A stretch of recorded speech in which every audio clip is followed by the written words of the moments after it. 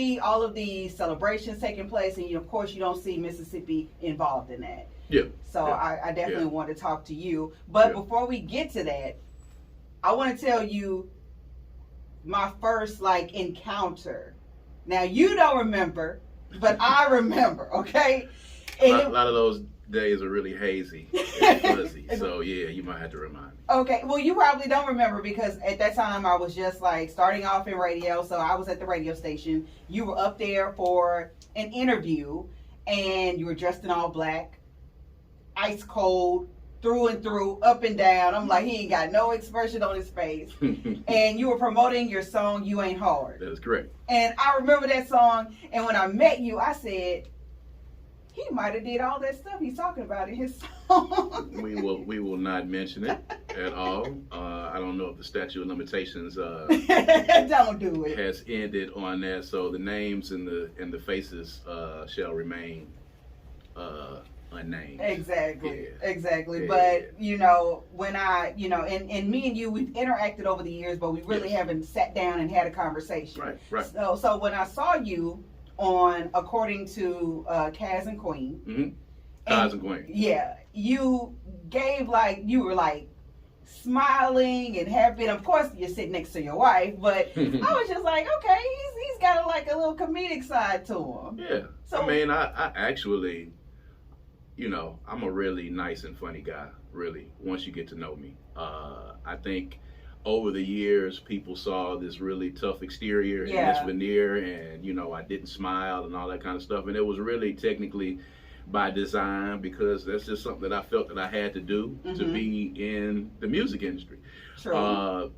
You know, but once I started maturing, and once my kids started getting older and I started doing other things and having other interests outside of music, you know, the real me, the real persona, my real personality shone through. So people that have known me over the years, even from being, you know, at Jackson State and being around me personally, know I'm a really funny guy. I like to laugh. I like to joke. I love comedies. You know, I smile a lot. I laugh a lot.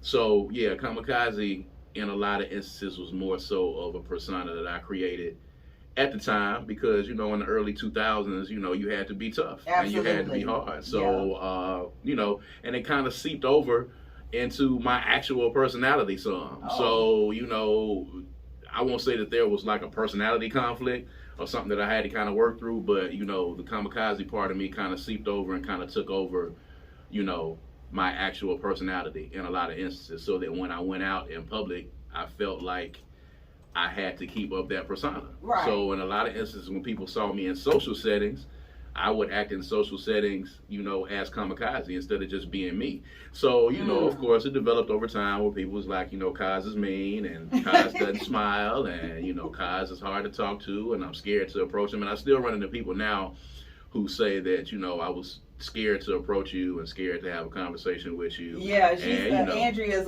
shaking her head right now. You know, after a while, I started feeling bad about that, because it's not, I mean, if you're around me, I'm a real softie, and my wife will tell you that, especially now, you know, having kids and now having my 13-year-old, you know, I'm a real softie.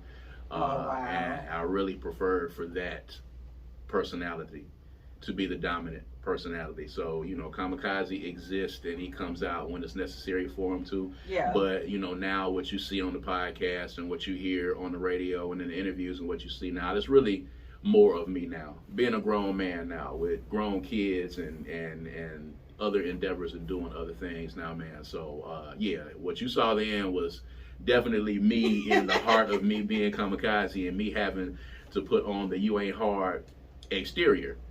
Which, you know, like you said, you know, those things may or may not be based on true actual life events. Don't incriminate yourself up here. Yeah. Please don't. Yeah. But you know what? That's what you're supposed to do. You're supposed to evolve. Yeah, absolutely. Absolutely. And you have your hands in so many things right now. And I want to talk about that. But first, I want to take it back to the music. Okay. When did you first fall in love with hip hop? I will tell you, I fell in love with hip hop. You know, of course, like everyone in my generation, you know, I heard the Sugar Hill Gang, I heard Rapper's Delight. Yeah. And when I heard that the very first time, I was like, this is something cool. This is something new. Right. But I didn't really pay a lot of attention to it because it was just something that was just kind of in the grand scheme of my life because it was happening. Yeah.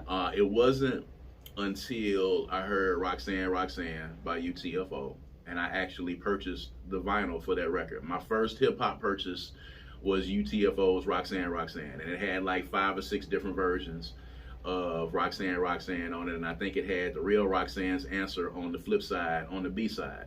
So I actually bought that vinyl, and the funny part about it is I didn't have anything to play it on at the house.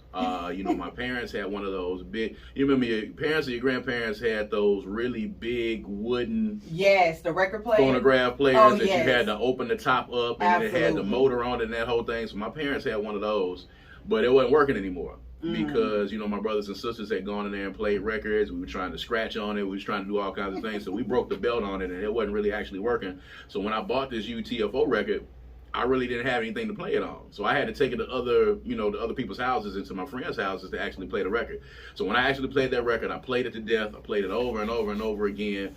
And then listening to WJMI at the time, I heard Hard Times by Run DMC. Okay. And Run DMC was like the first time that I saw hip hop artists presented on the radio, you know, in a pop culture spectrum or even in an urban spectrum. So when I heard Run DMC played on the radio and I heard Hard Times, you know, I went and got their album and started playing their album. And that is kind of, you know, when I started falling in love with, you know, the culture. And then that's when I started breakdancing. That's when I started really getting into it. So yeah, I really started out before I started rapping, actually, I was a breakdancer. So, you know, and then that evolved into beatboxing, and then it evolved into rapping. So I've done everything that exists in the culture of hip hop. I've done all of that. And really, when you're in the 7th and 8th grade, you know, I was just doing what I felt was necessary to get attention from girls. And at the time, breakdancing was really the thing because rapping was kind of new. So, you know, of course, I wanted to dance. I wanted to get the attention, so I started out breakdancing. And my career ended because I could not stick the windmill. The windmill was like a basic... You got to show me. Now, I'm an 80s baby, too, so I don't know what the windmill is. Well, the people that are listening, they kind of know what the windmill is. It's really like literally a windmill with your legs. Oh, you can Google it when we get done with this interview and you kind of see what I'm talking about. Wait a minute. So when you said you couldn't stick it, so you tried it a few times. I Were tried you trying it at home or trying it in front of people? No, I was trying it at home first. I wouldn't have dared have done that at school and couldn't stick it. So there were some dudes there that could really do the windmill and were really getting busy on the breakdancing side. And I tried and I tried and I tried and I could not get the windmill. So for me at that point, that was my sign to stop, you know, trying to breakdance at that point. I could pop lock with the best of them. That's what I was picturing you doing. I could up rock with the best of them, but my ground game wasn't where it needed to be. Oh my God. So this is when the movie Breaking had come out, and Beat Street had come out, and you know, you had to be able to dance like Turbo and Ozone if you were going to really get some attention. And I couldn't. That wasn't my thing. So I went from there to beatboxing, and I got really good at beatboxing. And I took beatboxing into high school, and I was really good at it. You know, I was listening to Dougie Fresh and the Fat Boys, you know, all of those groups, man, that was doing the beatboxing. Were there any, like, Mississippi artists around at that time? Not that I know of. Okay. Not that I know of. I'm probably first generation hip hop in Jackson. Okay. Of people that really actually started rapping seriously at the time.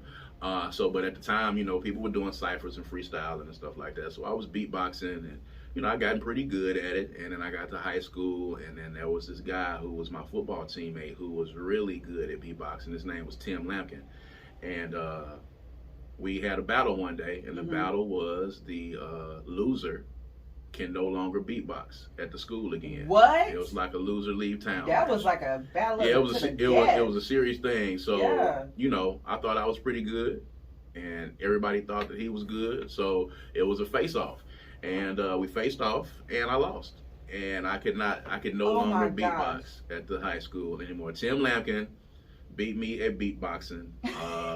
We were in the parking lot at St. Joe High School over on Bowling Street before I moved out to Madison, of course. We were in the parking lot, and we beatboxed out there. He beat me in front of everybody. It was the biggest thing that had happened at the school up to date.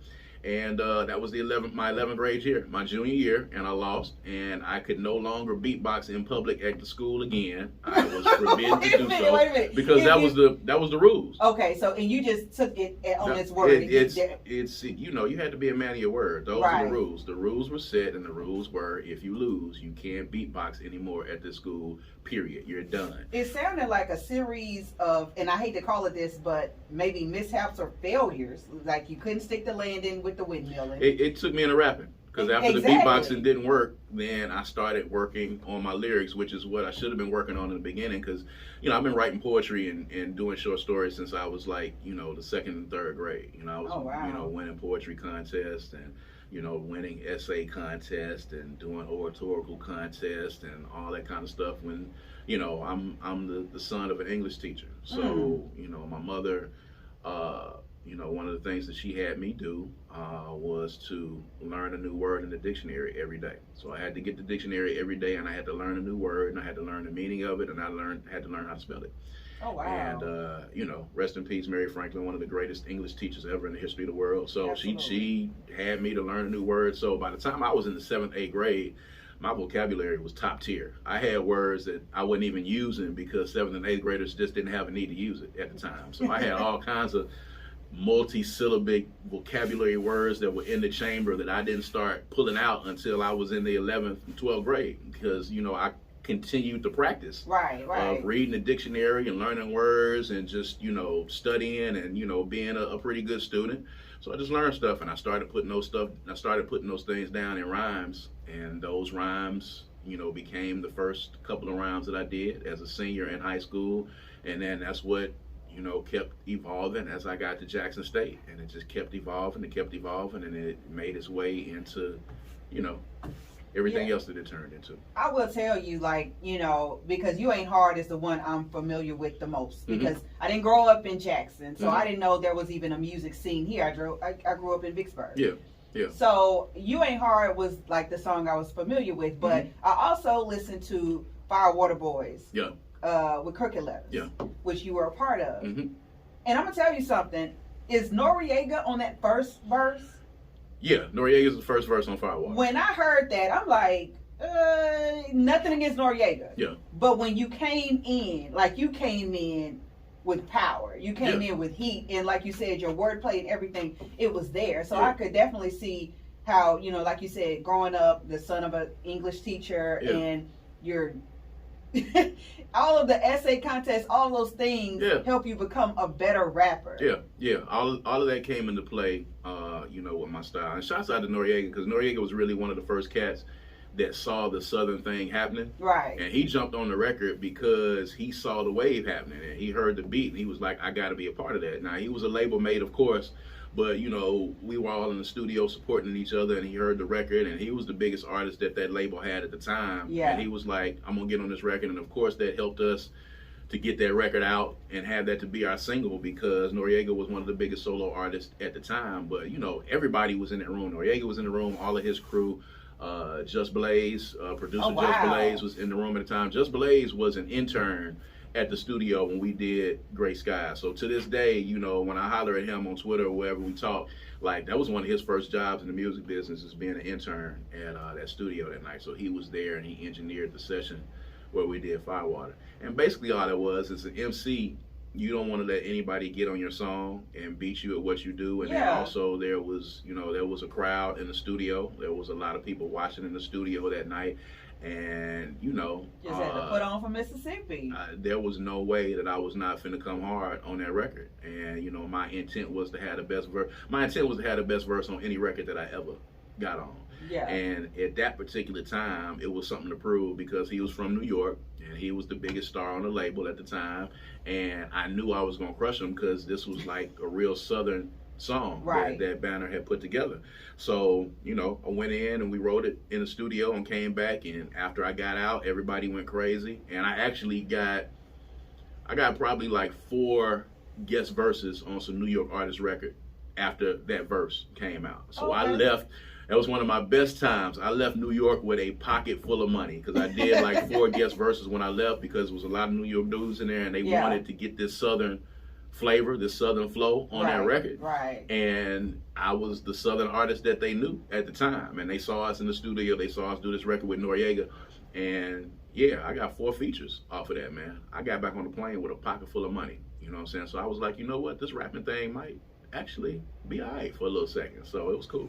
Okay. Yeah. Well, I want to talk more about your collaborations and also what you're doing here in Mississippi to help up and coming artists now. Yeah. And we'll do that in just a second. Let's get back to the music. As a matter of fact, let's get into some Kamikaze. Let's throw it back to a time in my life.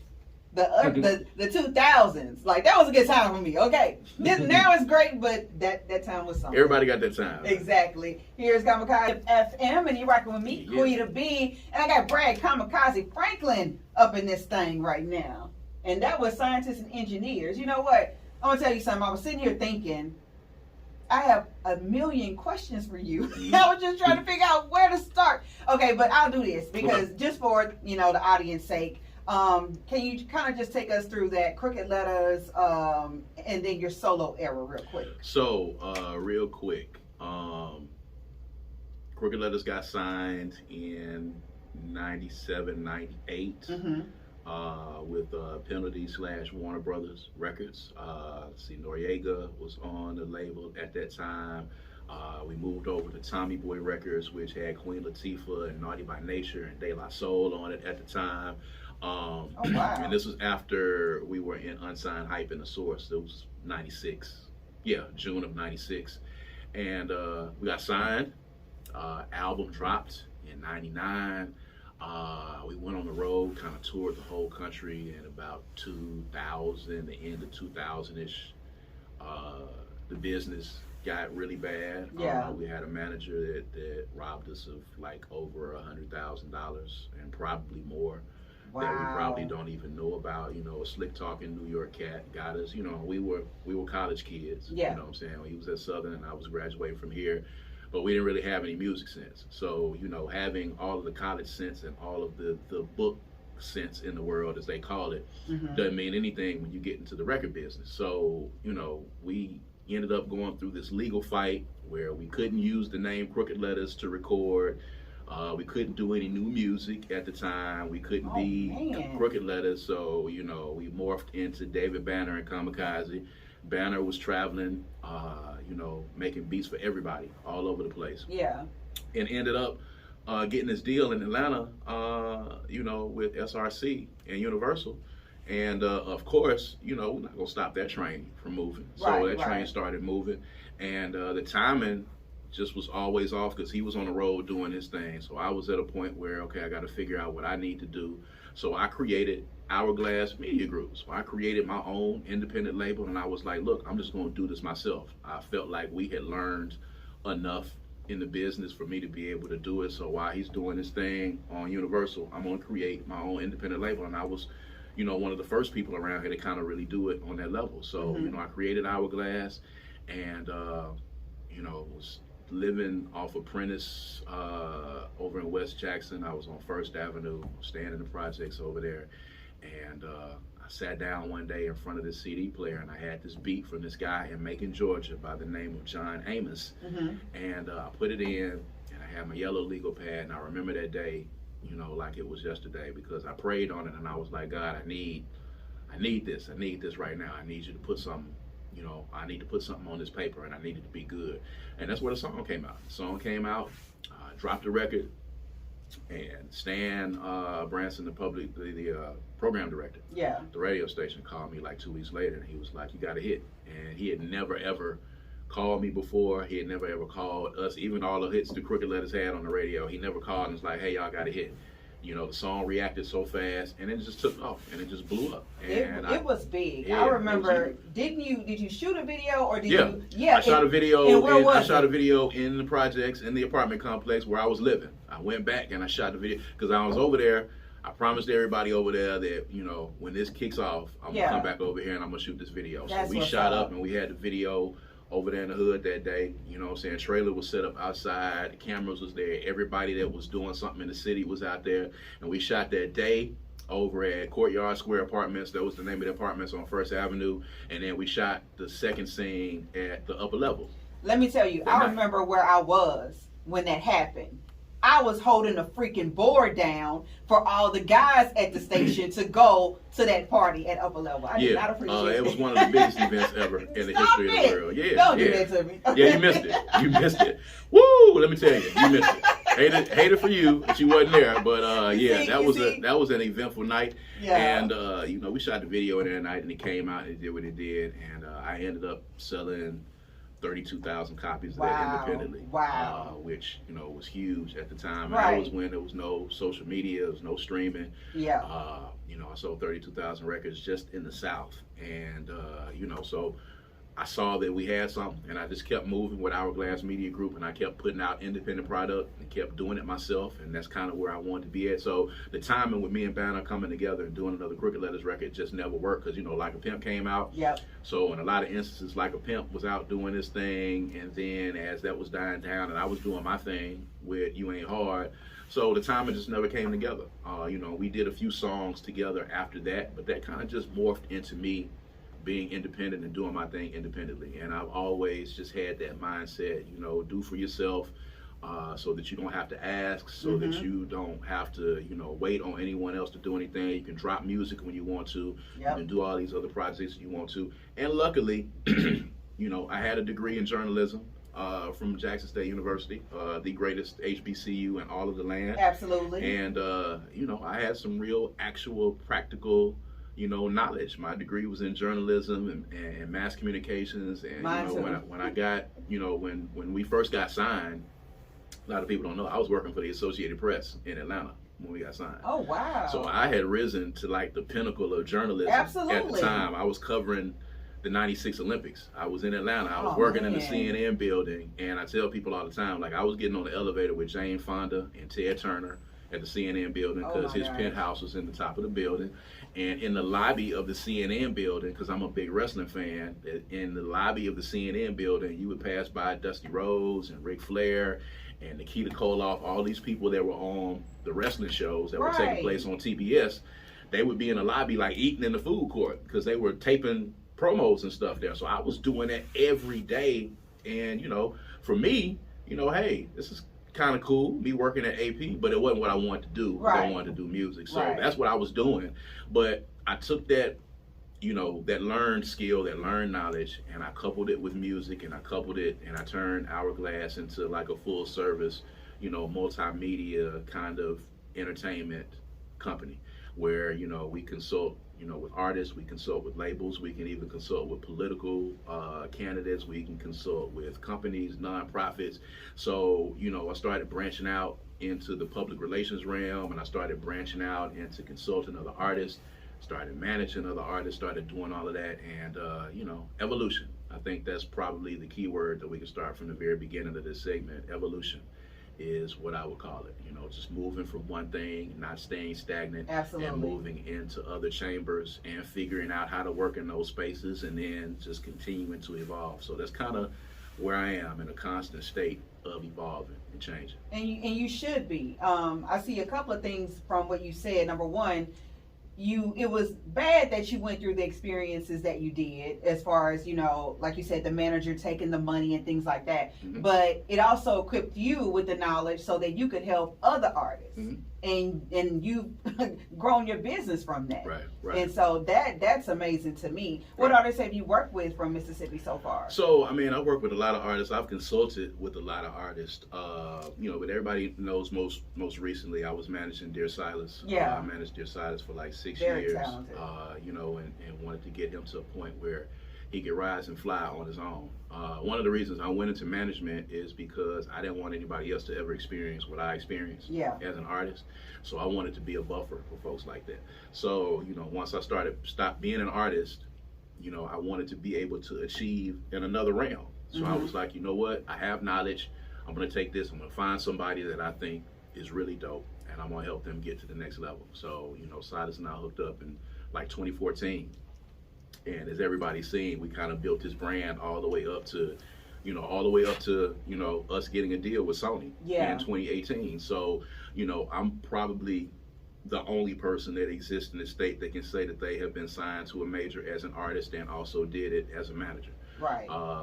So you know, for me, it's kind of like, what have you done for me lately type of thing. So doing it as an artist was cool, but for me, doing it as a manager was probably more satisfying, because it's not really me doing it. It's me kind of passing along guidance and managing someone else who has the talent to be able to do it. Yeah. And to be able, on my first actual attempt at managing, to be able to hit the mark and find somebody like Dear Silas is like, I mean, it was like gold at the time. So, you know, now having done that, and I've already got that, now we can put that in the bag. So now we're moving on to the next thing, and we're going into radio, we're going into podcasting, we're doing a lot of things. Man, I spent a lot of time, being the co-star and being, you know, the accompaniment in other people's movies. And so I decided at one point that it was now time for me to be the star of my own movie. Okay. So, you know, I'm going to put the energy that I put into being an artist and put the energy that I put into other artists as a manager. I'm going to put that into myself and into my family and evolve again and keep evolving and put that into what I'm doing now with radio, what I'm doing now with the podcast, all the stuff that we're going to be doing to help to grow, you know, those brands, grow my brand, grow my wife's brand. And that's where we're at with it. You know, always keeping my ear to the ground, always trying to make sure that we're helping Mississippi in some shape, form, or fashion. I'm a champion for Mississippi, and I'm a champion for Mississippi music. You know, this is the birthplace of America's music. So, you know, that's what I want to try to do. And that's, again, that's that evolution. Yeah, and you have to do that. Like, look at Snoop. Snoop is not the same person. Absolutely not. He's not the murder was the case. He's even on LinkedIn now. He's on LinkedIn now. LinkedIn is a weird place. It's a lot of people on there that I'm like, what are you doing over here? I know, but there's rappers on LinkedIn now. I don't know what y'all are really trying to do over there, but y'all are there. Cool. Well, you know, he's got what? He just released some ice cream. So, you know, he's got a cereal. Yeah, he's got a lot of stuff. He's taking his. It's a lot of ways to get revenue out here these days. Absolutely. What a lot of people don't understand. You don't just have to rap, folks. We got a lot of rappers. In fact, if you ask me, we got enough rappers. So there's a lot of revenue that can really, really, really be gotten out here doing a lot of different things. And you know what? I'm glad you said that, because when we come back, there was a post that Ebro, and you know who Ebro is, out of New York, former program director of Hot 97. He put out a post that I thought was very interesting, and it might, like you said, kind of go with what you're saying, like it's more to life than rapping. Yes. Or, absolutely. you know, also evolving. Absolutely. Oh my God. Because he's so serious. Here we go. But he has had us laughing this whole time. Here we go. It has really been good to have you. And like I said, I had so much to talk to you about, and we're not going to be able to get to it. One day, we're going to take a real deep dive into your career. I know I've seen some YouTube videos and kind of, you know, learned a little bit more stuff I didn't even know. But, you know, we talked about evolution, and I told you that I saw a post from Ebro, who used to be the program director in New York, and he said that I got a call saying it should be noted many major record labels have deprioritized signing rappers. Right. The focus is now on African music and Latin music. Rappers better stop being boring and talking about the same stuff over and over, chasing TikTok success and comment sections. What are your thoughts on that? I mean, he's right. You know, reggaeton and Afro beats now are the most, you know, world music. You know, Bad Bunny is the biggest selling artist in the world. Yes. And not in America, in the world. Right. And, you know, when that happens, these labels, people have to understand, these labels are businesses, okay? They're not there set up to, you know, give an outlet for creative people. They're not there to help to push the art. That's not what they're there for. They're there to make money. They are revenue generators. If you are not making them money, they have no use for you. That's why it's important, any artists that are listening, that's why it's important that you're independent. That's why it's important that you learn a business model that can help you to remain independent and help you to be in control and complete control of your art and how that art is disseminated to the world. So the reason why the pivot exists is because they are changing over to what's making money now. Yeah. All right. So Afro beats and reggaeton now, they are the genres that are making the most money in the world. And now, instead of looking for the next hip hop artist, they're looking for the next Bad Bunny. They're looking for the next person that's going to sell records around the world like Bad Bunny. And that has to do with the monotony that exists in the music right now. It has to do with that to a degree, but it also exists, because we have turned into a capitalistic society as well.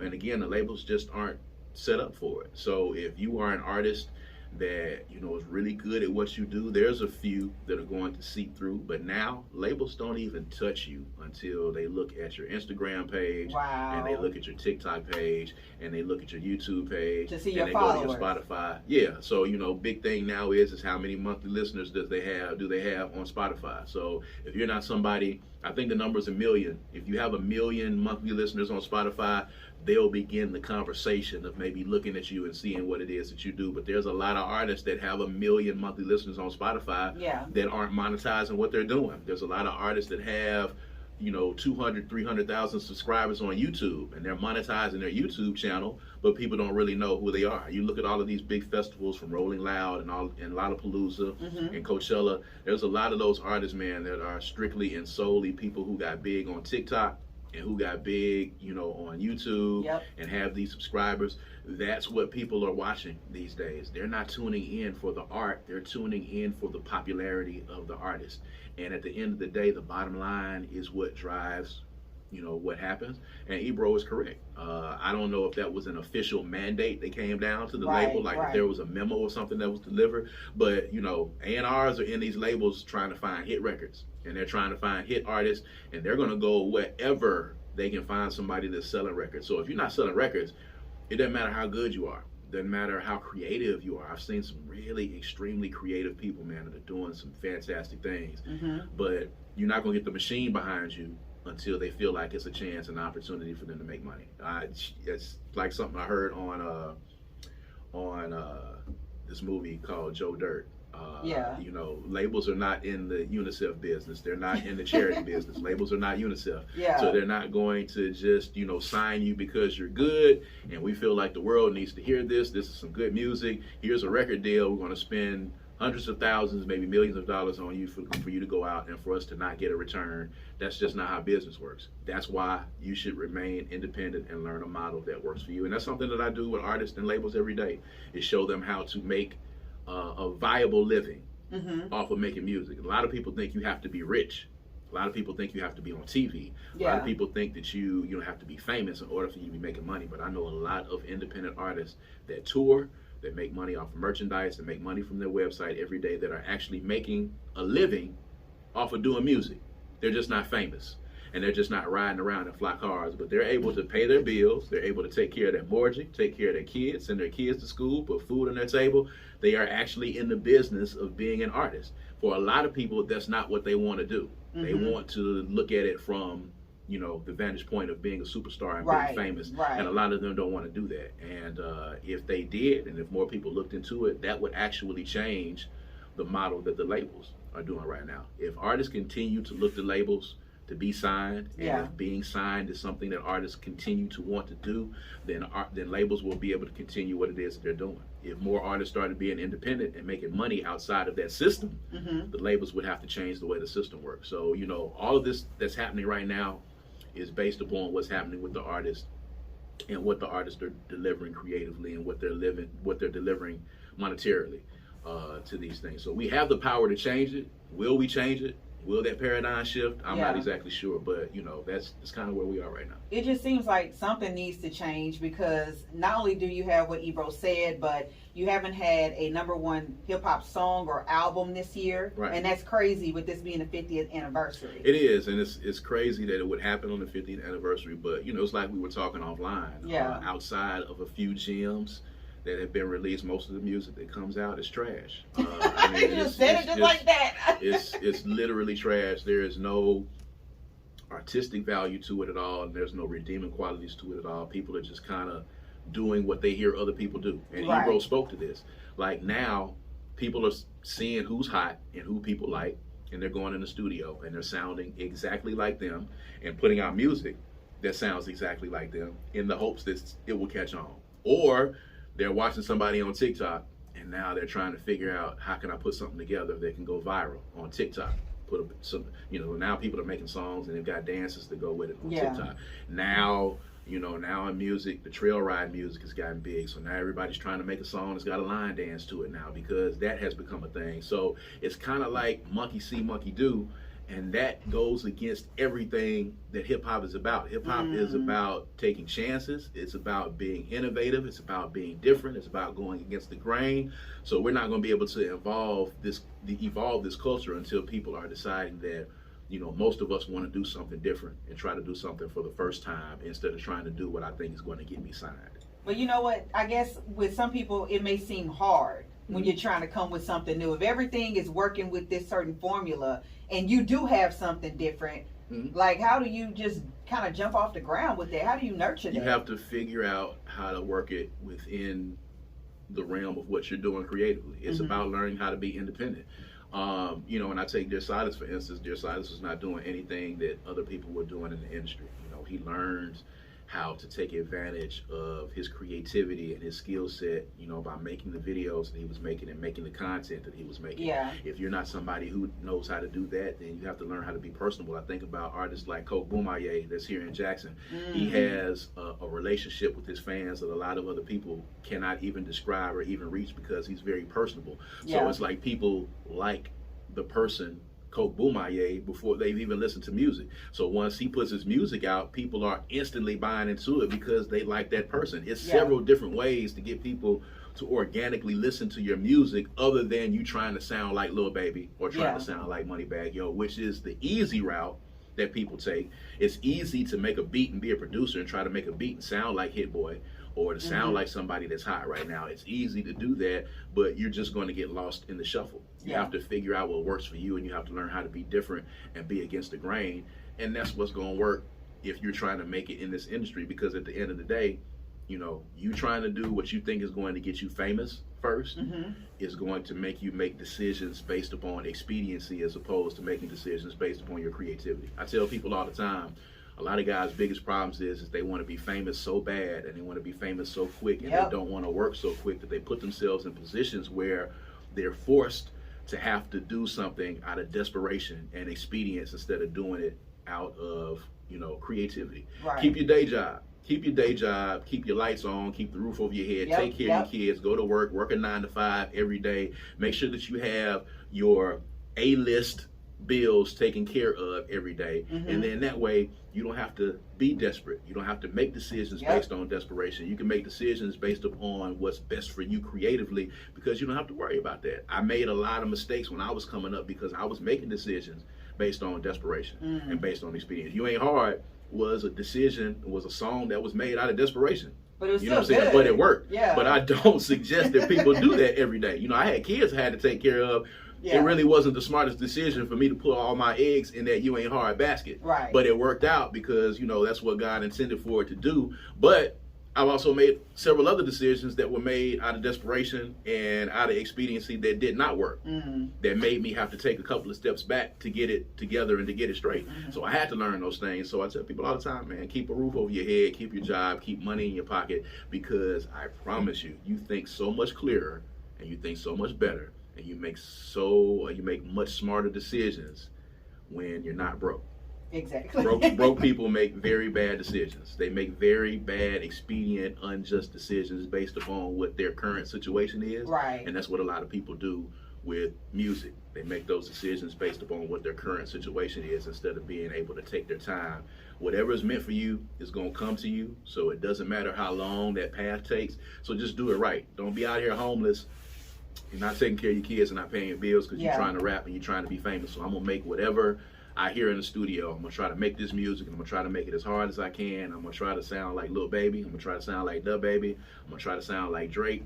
Like, everybody's out here trying to sound like somebody instead of just being themselves. And when you do that, that's why you end up with these artists that can't sell tickets to these shows. Absolutely. Moneybagg Yo. Yeah, it's a lot of shows that are getting canceled because people just basically, we don't want to see you come out on stage and be a cookie cutter. We don't want to come and see you come out on stage rapping over your vocals and sounding like the CD. Like, if we're going to pay $50, $60 to see you, then I need a show. You know what I'm saying? I need you to give me a show. And now people, again, they're voting with their dollar. Again, they're telling you that I don't want to see this. You're charging too much. Your price point on this ticket is too much. Your show's not good enough. Your music's not good enough. It's disposable. I'm not going to take my money that I have worked hard for, and I'm not going to spend it on this experience because I can get the same experience by cutting Spotify on in my car and putting it on the aux cord. I can get the same experience, and I can do that for free. Absolutely. Yeah. Now, you mentioned cookie cutter, and then I'm going to let you go because I know you got to go.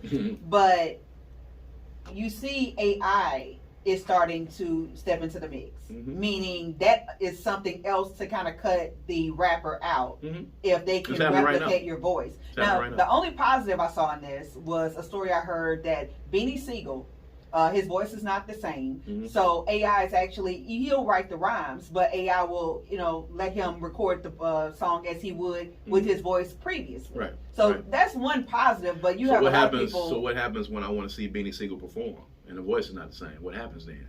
What happens,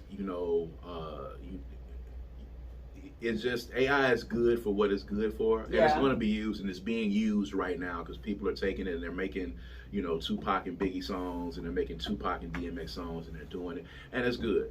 The one thing that people didn't learn to do when technology started evolving in music is, they were really late by switching over and turning things on. Technology cannot be stopped. Technology is going to happen. You can either learn to embrace it and learn to work with it, or you can fight against it and then be caught out there when it becomes a thing. AI is going to become a thing. You just have to figure out, how to work yourself creatively in this system, and it's going to work for a lot of people. Some labels are probably going to take AI and write lyrics for some fictional artist and put the artist out and make music and make money off of it without even having to pay a human being to be able to do it. That's going to happen. So if we know this and we know that it's inevitable, we have the opportunity now to be able to pivot and shift gears to kind of, get that done. Nothing's going to beat the real thing. I always tell people, and I'm a lot older than a lot of people, so when I tell this story, people, because it's a story I learned in elementary school, but it's a story of John Henry. I don't know if everybody remembers the story of John Henry. John we got Henry it. We was own working it. on the railroad, and the railroad came out, and the railroad had this machine that did exactly what John Henry did. And John Henry went against the machine, and he ended up beating the machine. He ended up dying, but he ended up beating the machine. But at the end of the day, whatever machines can do at the end of the day, we can do. Because somebody has to program those machines. Yes. So we should always be one step ahead of what's happening. So if you know that it's happening and technology is happening, then we need to figure out how to get in front of it, get ahead of it. Okay. Well, I want to say this real quick before I leave too. Jackson Indie Music Week coming the second week of January 2024. Oh my gosh. Submissions are open right now. It is one of the biggest independent music festivals in the Southeast. We are going into our 9th year. So get ready for January the 7th through the 14th for Jackson Indie Music Week 2024. And we look forward to y'all coming out. So I just had to make sure I dropped that in there. No, thank you, because I wanted to talk about that today. We just ran out of time. But, man, it's all good. When you when it gets ready to go down, please come back up here, because we'd love to talk about it. Absolutely. Oh my gosh. Absolutely. Now you got my head going. I want to ask some more questions. It's a lot of stuff, man. I could be here forever, but we got stuff to do. Yeah, we'll get somebody back up here to talk about it, because the submissions are open now, and as we get closer to January, we'll bring somebody back on the SIP FM to talk about it. All right. Thank you, Brad Kamikaze Franklin, for joining me today. Let's get back to the music right now, right here on the SIP. I didn't know if that's